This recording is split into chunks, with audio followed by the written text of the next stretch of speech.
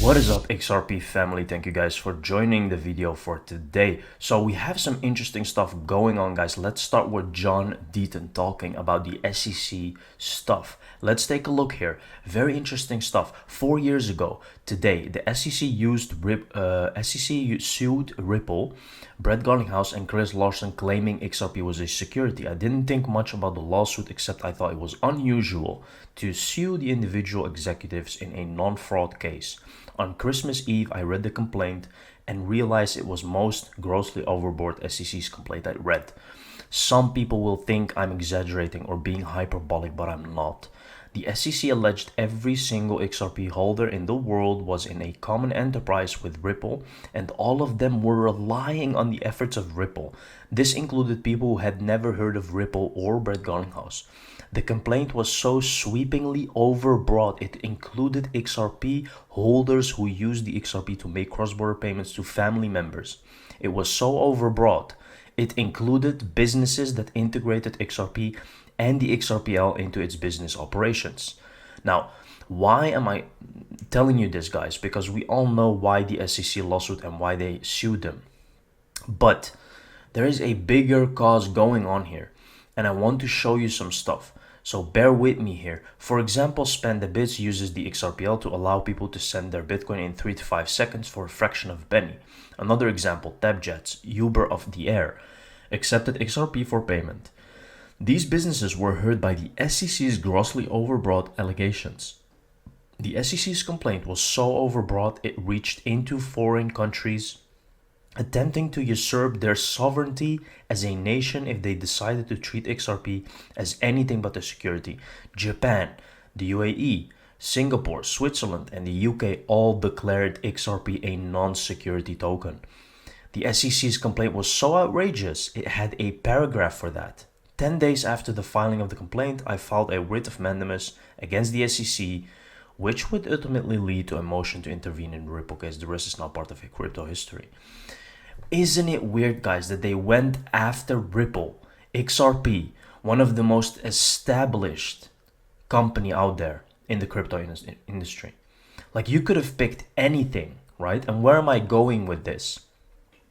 EU exchanges to delist Tether USDT by December 30 and add RLUSD. So this is not confirmed by any means, but this is going to happen, guys, and I'm calling it here. Why is it going to happen? USDT is going to be delisted because of regulation. And I'm talking always about regulation because that's the most part that is very important in 2025. What you will see is coins go up that have gone through regulation. They are going to make it more difficult for crypto. But on the other hand, Trump has made it easier for crypto because now they finally sat down to make amends and to actually make a regulatory framework for the crypto industry to move forward. But when Tether delists, what a better time for RLUSD to be established as the main stablecoin to be used for cross-border payments and anything that has to do with transactions.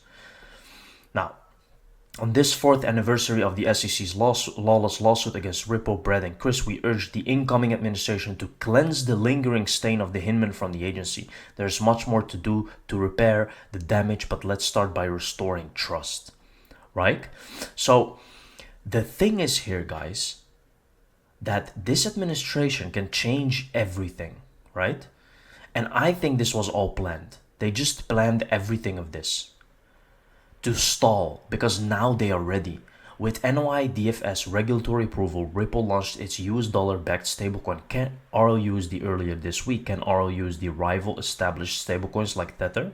What do you think will be the key factors shaping its success? Now, that's what I'm talking about. What a better timing right now when regulation is established, when the administration is coming in, and when Tether is going to be accountable for all the regulation that they don't have. SBI's XRP buyback strategy to boost growth. Heavy XRP investments may unlock GPY 3.9 trillion potential, reshaping SBI's market standing. So it begins in Japan. Again, Japan was always friendly with Ripple, and this isn't just this isn't just coincidence, right? They build the blocks over there. They didn't leave USA because they could have easily done that. They could have been established in Japan, where everything was clear from the beginning. They didn't. Why? There is a bigger plan, and that's the whole point. Now, this is a very interesting interview, guys, which I want to show you hands down for the XRP holder. This interview with former Ripple engineer was over the top. 90 minutes of pure gold. I have to share this clip. So let's take some look what is going to be shared over here. Moving forward, one that I love in the XRP community is Vitsa with his Sum app. Like, I've known this guy for so many years at this point, and he's just a good dude.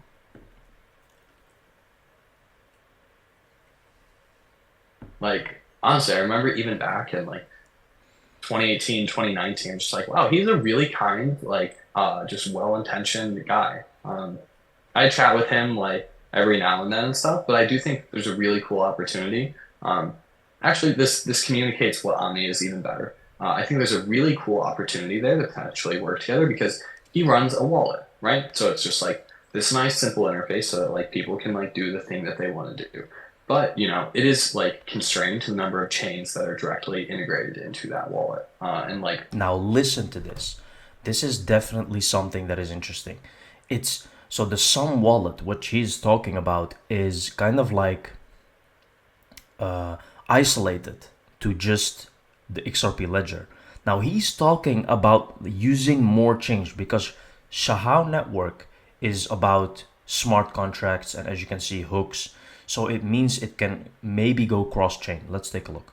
You know, let's imagine that somebody builds a lending protocol with like RLUSD, he would kind of have to like manually integrate that. What Omni provides is just this like general abstracted interface so that like he could take user requests, put them on Omni, and it's like, cool, it just goes and hits this lending protocol and like borrows some of Ripple stablecoin for the user. And he doesn't need to go through all the work of like integrating all these different protocols.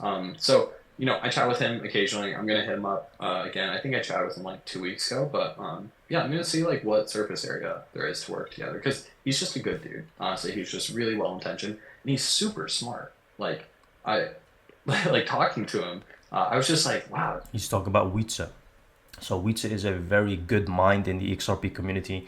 He's building so many things that are very good for the XRP, as you can see, Salmon wallet. So as I said, guys, again, this is so bullish for XRP. And remember, XRP memes have just been out for a very limited amount of time.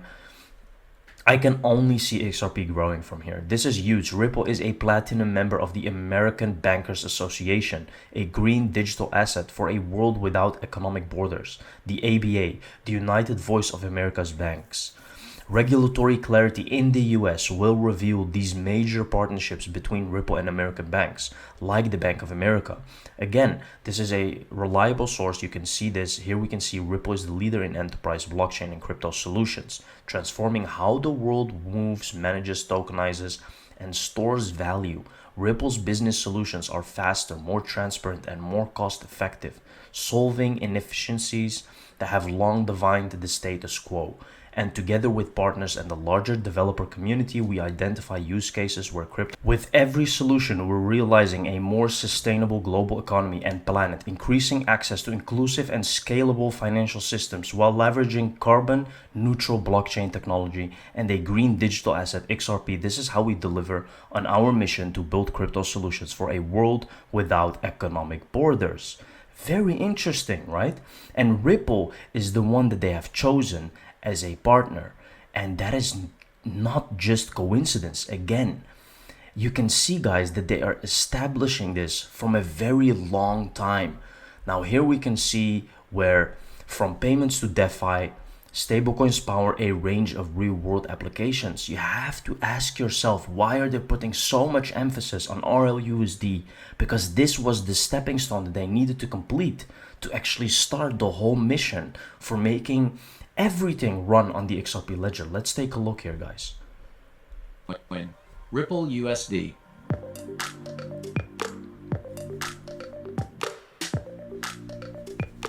Here are some of the key ways it can make an impact today.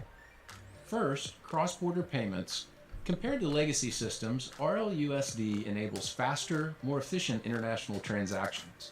With Ripple's global payments network, companies can send money across border in near real time, reducing costs and improving reliability. Our customers, spanning 90-plus payout markets, can now take advantage of the stability and reliability RLUSD provides. So why is he saying that with RLUSD they can make faster and better payments? Was this not already possible with XRP? See, this is what I'm talking about, guys. This was a major stepping stone that they needed to complete to actually make this complete for cross-border payments and using everything on the XRPL ledger. Now you understand why they have built this. This is not just coincidence, but they are really ready now. Thank you very much for watching this video, guys. See you in the next one. Cheers.